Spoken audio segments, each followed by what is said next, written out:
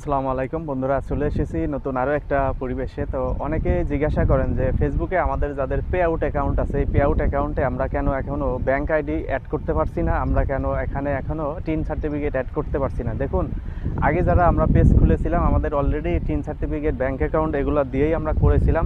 তো আমাদের নতুন করে কন্টেন্ট মনিটাইজেশন পাওয়ার পরে কিন্তু এই সেটিংগুলো আর করা লাগে নাই। কিন্তু নতুন যারা আছে, ইদানিংকালে যারা পেজ খুলবে, যারা মনিটাইজেশন পাইবে, তাদের কিন্তু কন্টেন্ট মনিটাইজেশন পাওয়ার পরে ব্যাঙ্ক আইডি, টিন সার্টিফিকেট এগুলো কিন্তু অ্যাড করার জন্য আপনাদেরকে $25 পূর্ণ হতে হবে। $25 পূর্ণ হলেই আপনি কিন্তু স্টার সেট আপ করলেই দেখবেন tin certificate, voter ID card এগুলো অ্যাড করতে পারতেছেন। সেই সাথে আরেকটা বিষয় আপনাদেরকে জানিয়ে রাখি, আপনারা কিন্তু যখন স্টার সেট আপ করবেন তখন আপনাদের ভোটার আইডি কার্ড অনুযায়ী আপনাদের বয়স এবং নামটা এডিট সেকশন থেকে এডিট করে, অর্থাৎ প্রোফাইল বা পেজের নাম যা কিছুই থাক না কেন, পে আউট অ্যাকাউন্টের নাম অবশ্যই ভোটার আইডি কার্ড অনুযায়ী দিয়ে আপনারা সেট আপ করে নেবেন। তাহলে পরবর্তীতে আপনাদেরকে আর সমস্যা হবে না, বা আপডেট অপশন থেকেও আর এডিট করা লাগবে না।